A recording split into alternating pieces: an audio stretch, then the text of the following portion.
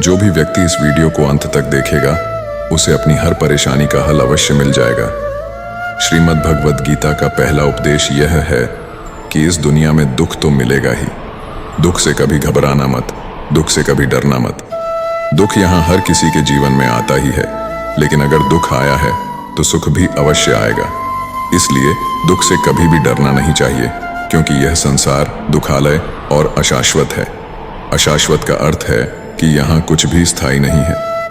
यहाँ सब कुछ बदल जाता है। दुख सुख में बदल जाता है और सुख दुख में बदल जाता है। सम्मान अपमान में और अपमान सम्मान में बदल जाता है। दर्द खुशी में बदल जाता है और खुशी दर्द में। जीत हार में और हार जीत में बदल जाती है। यहाँ कुछ भी स्थायी नहीं है, न ही हम स्थायी हैं और न ही हमसे जुड़ी कोई चीज स्थायी है। श्रीमद् भगवद गीता का दूसरा उपदेश यह है कि मौत से कभी नहीं डरना चाहिए। मौत से डरना व्यर्थ है। श्री कृष्ण ने गीता में कहा है कि यह संसार मृत्यु लोक है, क्योंकि जिसका भी यहाँ जन्म हुआ है वह एक दिन अवश्य मरेगा। जिसका आरंभ हुआ है उसका अंत अवश्य होगा। हम इसे रोक नहीं सकते। जैसे हम रोज कपड़े बदलते हैं, वैसे ही हमारी आत्मा नया शरीर धारण करती है।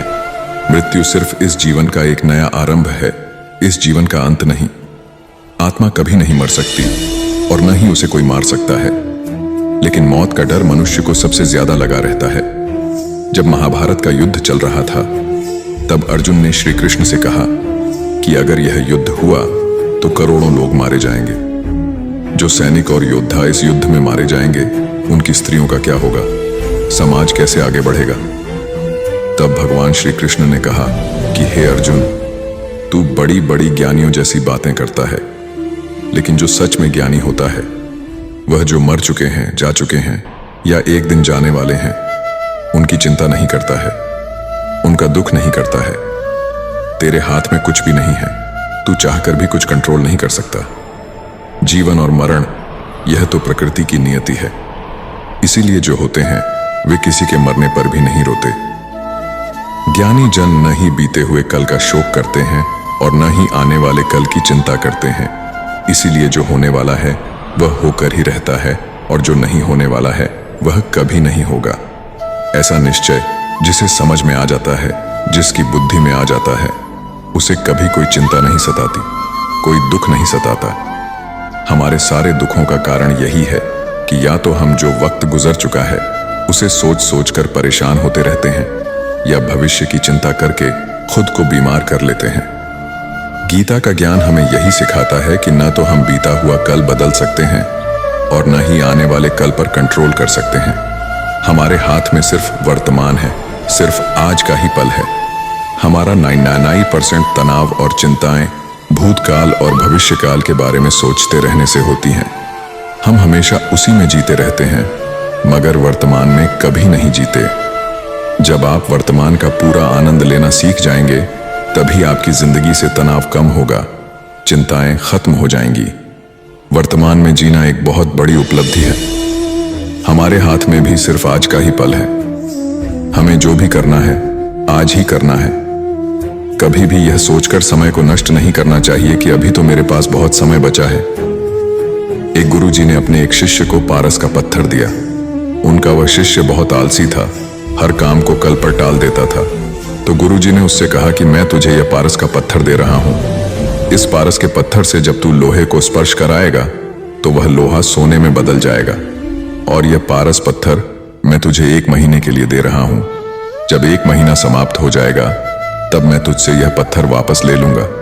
तब तक तू इस पत्थर को अपने पास ही रख। गुरुजी का वह शिष्य बाजार में लोहा खरीदने के लिए गया। जब बाजार में वह लोहा खरीदने पहुंचा तो उसे लोहे का रेट बहुत महंगा लगा। उसने कहा थोड़े दिन रुक करके ले लूंगा, जब लोहे का रेट कम हो जाएगा। पर उसकी बुद्धि में यह बिल्कुल नहीं आया कि इस लोहे को मैं सोना बनाकर बहुत अधिक धनवान बन सकता हूं। लेकिन उसके मन की सुस्ती, उसके मन के आलस्य की वजह से उसने उस काम को कल पर डाल दिया। ऐसे ही करते करते पूरा महीना बीत गया। फिर गुरुजी उस शिष्य के पास आ पहुंचे और पूछा, तुमने कितना सोना बनाया? शिष्य बोला, मैंने तो अभी सोना बनाना शुरू भी नहीं किया। तो गुरुजी ने कहा, मुझे मेरा वह पारस पत्थर वापस चाहिए। शिष्य बोला, नहीं, मुझे थोड़ा वक्त दीजिए, मैं थोड़ा सोना बनाना चाहता हूँ। गुरुजी ने कहा, यह पारस पत्थर पूरा 1 महीना तेरे पास था, पर तू कुछ नहीं कर पाया। अब समय समाप्त हो चुका है। ऐसे ही यह हमारा जीवन है, हमारी जिंदगी है। यह समय ही पारस पत्थर है। हम समय के एक एक पल से अपने जीवन को सोना बना सकते हैं, लेकिन हमें यह लगता है कि हमारे पास बहुत समय बचा है। एक दिन जिंदगी को जी लेंगे, एक दिन जिंदगी में खुश हो जाएंगे, लेकिन वह दिन कभी नहीं आता और हम जिंदगी भर भागते रहते हैं, चिंता करते रहते हैं, दुखी होते रहते हैं। लेकिन जिंदगी को जीना, खुश रहना हम भूल जाते हैं। इसीलिए गीता का ज्ञान हमें यह सिखाता है कि आप आज में जीना सीखें, इस पल में जीना सीखें। संसार में हमारा कुछ भी नहीं है। गीता सार में आपने कई बार सुना होगा कि तुम्हारा क्या गया जो तुम रोते हो, तुम क्या लाए थे जो तुमने खो दिया, तुमने क्या पैदा किया जो नष्ट हो गया, तुमने जो लिया यही से लिया, जो कुछ भी दिया यही पर दिया। जो आज तुम्हारा है कल किसी और का होगा, क्योंकि परिवर्तन संसार का नियम है। कल तक जिसके बिना आप जी नहीं सकते थे, आज उनसे कोई रिश्ता ही नहीं है, बातचीत तक नहीं है। कहाँ गए वह जीवन भर के सारे रिश्ते, वह सारे मित्र जो साथ जीने मरने की बातें करते थे? आज पता भी नहीं कि वह लोग कहाँ चले गए। यह संसार परिवर्तनशील है, सब लोग यहाँ बदल जाते हैं, हर रिश्ता बदल जाता है। और तो और ये हमारा शरीर भी हर दिन बदल रहा है। बचपन से जवानी, जवानी से बुढ़ापा, और एक दिन यह शरीर हमारा साथ छोड़ देता है। तो किसके लिए रोना और किसकी चिंता करना? हम सारी जिंदगी चीजों को, रिश्तों को, जिंदगी को बनाने में, सजाने में, संवारने में लगे रहते हैं, लेकिन एक दिन सब कुछ बिखर जाता है। सारी जिंदगी जिस संपत्ति, जिन रिश्तों के लिए हम लड़ते रहते हैं, एक दिन सब कुछ छोड़ करके हमें इस दुनिया से जाना ही पड़ता है। जो बुरे वक्त में, तकलीफ के वक्त में हमारा साथ दे, सिर्फ वही हमारा अपना है। जो भी मनुष्य दुनिया के सारे सहारे छोड़कर सिर्फ भगवान को ही अपना सहारा मान लेता है, तो उसकी हर जरूरत को ईश्वर पूरी करते हैं। उसकी हर प्रकार से रक्षा वह परमात्मा ही करते हैं। श्री कृष्ण अर्जुन से कहते हैं कि जो भी व्यक्ति मुझे ही अपना सहारा मानता है, उसका योग क्षेम मैं ही वहन करता हूँ। यानी जो चीज नहीं मिली है उसकी प्राप्ति करना, उसका नाम योग है, और जो चीज जीवन में मिली हुई है उसकी रक्षा करना, उसका नाम क्षेम है। तो श्री कृष्ण कहते हैं, जो मुझ पर निर्भर हो जाता है, उनको जो चाहिए मैं अवश्य देता हूँ और उनकी हर प्रकार से रक्षा भी करता हूँ।